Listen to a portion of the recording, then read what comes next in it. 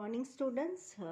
Last video I was explained the advantages and services of retail trade. But last advantages I was not explained. So repeat again. Just now I will explain the guidance to customer.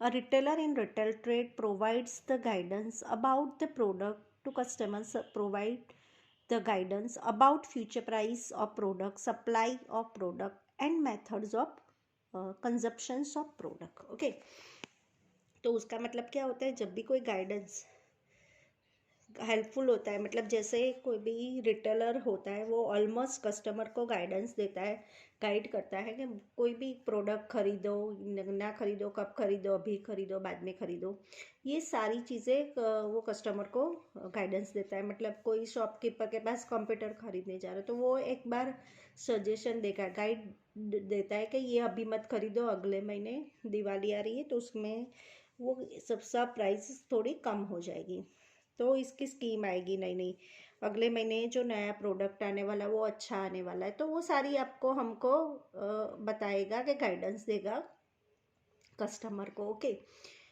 Guide करने का काम कौन करता है? Retailer ही करता है. मतलब वो हमको कुछ पता ना हो तो प्रॉपर गाइडेंस देता है, ये प्रोडक्ट ऐसे खरीदो, किस वक्त खरीदो, किस तरह खरीदो, तो ये सारी चीज़ें हमको गाइडेंस कौन देता है?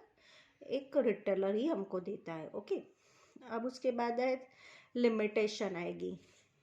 फिर लिमिटेशन कितने टाइप्स के? 5 टाइप्स होते हैं. उसमें फर्स्ट है more capital investment. Trader in retail trade provides the opportunity of selection to customers. For this he has to keep various product of many producer, hence he requires large capital investment. मतलब retail trade की क्या limitation है? तो more capital investment.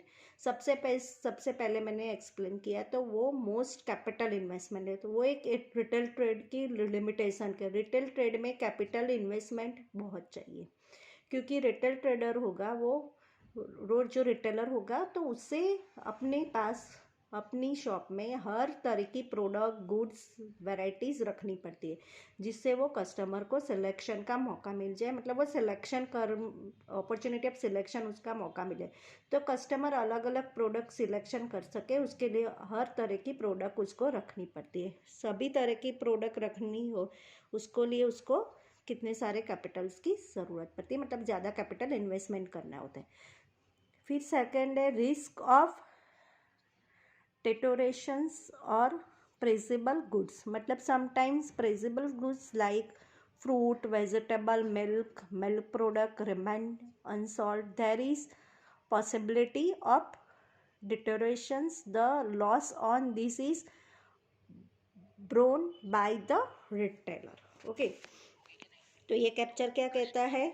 तो ये जो सारी चीज़ें क्या होती हैं, पूरा रिस्क का रिटेलर को लेना पड़ता है. रिटेलर ने जो भी प्रोडक्ट खरीद ली है, बट उसको 2-3 के बाद प्रोडक्ट नहीं बिके, कोई ख़रीदने नहीं आया, तो उसको बड़े ख़राब हो जाएगी. वो पूरा ख़राब हो जाने का नुकसान होता है, वो बढ़ेगा, वो लॉस होता है, किसे उठाना पड़ेगा? रिटेलर को. ओके, तो ये कोई भी वेजिटेबल शॉप हो या फिर उसमें कोई होलसेलर से मैंने बहुत सारी वेजिटेबल्स परचेज़ किया, और जितनी भी परचेज़ किए वेजिटेबल्स वो 2 दिन में बेचनी ही पड़ेगा कुछ भी करके, कि अगर नहीं बेच पाया तो वो मेरा रिस्क, मतलब होलसेलर को पैसे देने पड़ेंगे. होलसेलर रिटर्न मतलब होलसेलर तो पैसे लेगा ही. होलसेलर को 100 किलो टमाटर दिए, मैं बेचूंगा, अगर वो टमाटर 2 दिन के बाद बेचने के लायक रहेंगे नहीं तो होलसेलर वापस नहीं लेंगे, वो नहीं लेगा. तो वो हमको रिस्क लेना पड़ता है, हमको कस्टमर को बेचना ही पड़ता है, इसीलिए हमको वो रिस्क होता है, मतलब रिटेलर को नुकसान उठाना पड़ता है, उसके लिमिटेशन है. फिर है risk of goods getting outdated.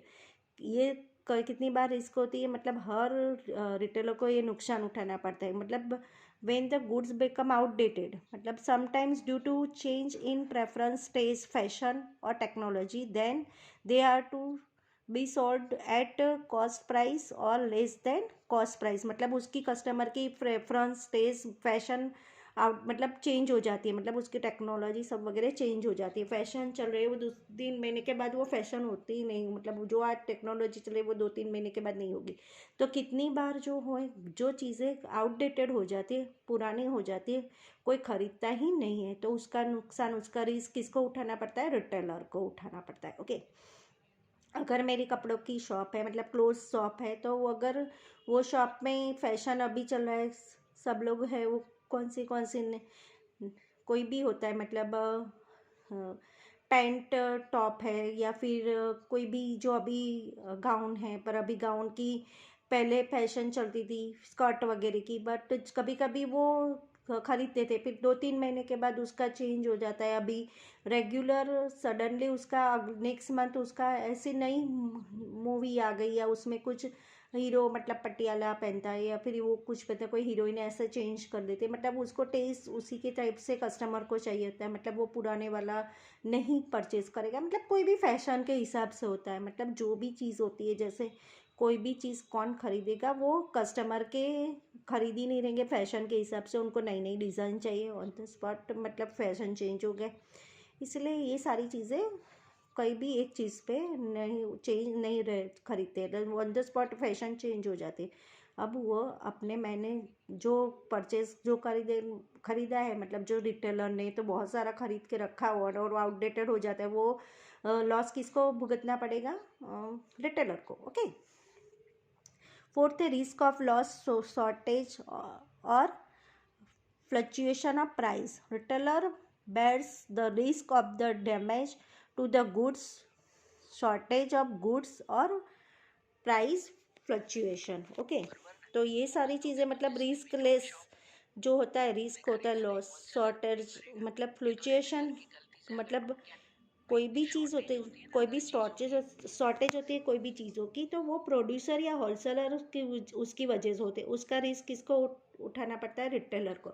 मतलब कोई भी चीज़ की शॉर्टेज हो जाती है, कस्टमर टूट जाता है, मतलब दूर हो जाता है कस्टमर, फिर वो शॉप पे आते ही नहीं है, वो दूर चले जाते हैं, और मैं कहीं पे दूर से मतलब दूसरी शॉप से परचेस कर लूँगी, है ना।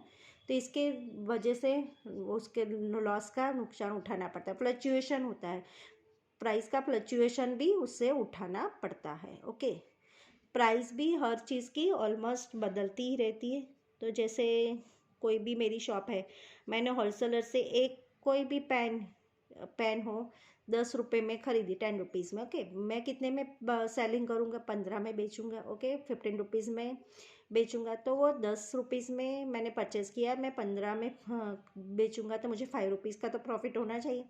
तो लेकिन सडनली मार्केट में हर चीज़ की प्राइस ऊपर नीचे होती है, मतलब फ्लक्चुएशन होती है, फ्लक्चुएशन की वजह से पेन की प्राइस की 8 रुपये में हो गई, मैंने जो परचेज़ की 10 रुपीज़ में, अब वो पेन का प्राइस 8 रुपीज़ हो गया, तो प्राइस गिर गया, तो अब मेरे से कोई 15 रुपीज़ में परचेज़ नहीं करेगा। यहाँ पे क्या नुकसान हो गया? मैंने तो होलसेलर से 10 में खरीदी, दूसरे दिन प्राइस चेंज हो गया, फ्लक्चुएशन आ गया, तो अब मुझे 8 में बेचनी पड़ेगी, जितने में खरीदी में उसने में भी नहीं मिलेगा। इसे इतना बड़ा नुकसान हो जाता है, रिटेलर को उठाना पड़ता है। इससे उससे वो चीज़ें आपका ये सारी चीज़ें बहुत बार होती है। कोई भी कस्टमर अपने कोई भी 10 मतलब 15 में खरीदेगा, 15 में बेचेगा, तो ये सारी चीज़ें पास पास वाली दुकान में 8 में मिल रही, तो क्यों 15 में बेच रहे हो? मतलब वो फ्लक्चुएशन आ जाते हैं, वो मतलब हमने 10 रुपीज़ में खरीदी तो हमको क्या हो गया? लॉसिस हो गया, है ना।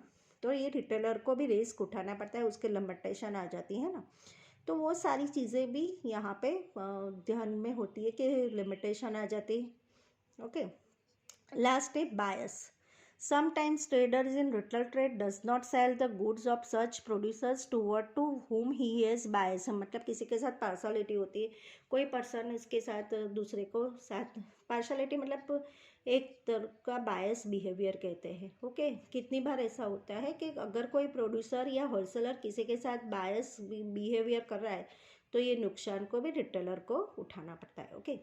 आप समझो कि जैसे कोई होलसेलर है, वो डेयरी मिल्क के ये चॉकलेट्स है, तो वो एक एरिया में सब दुकान में जाएगा, देखे जाएगा, सब शॉप पे देखे जाएगा, और एक ही एरिया है जो इस एरिया में आप रहते हो, सोसाइटी में रहते हो, वो 5 दुकान है, तो वो 5 शॉप को वो दे के जाएगा होलसेलर को, तो वो 5 दुकान में दे के जाएगा, सबसे उस आपके हिसाब से देगा। कितनी बार ऐसा होलसेलर क्या करते पार्शलिटी करता है, वो मेरी जो चौथे नंबर वाली दुकान है उसके साथ दुश्मन, मतलब कुछ बनता नहीं तो वो 4 लोगों को वो दूंगा, 4 लोगों डेयरी मिल्क प्रोडक्ट दूंगा, एक बाकी एक को नहीं दूंगा, तो ये बायस होता है। ओके स्टूडेंट, तो यहाँ पे ये लिमिटेशन ख़त्म होती है। Next video I will explain the types of retail trade. Okay, okay students, thank you.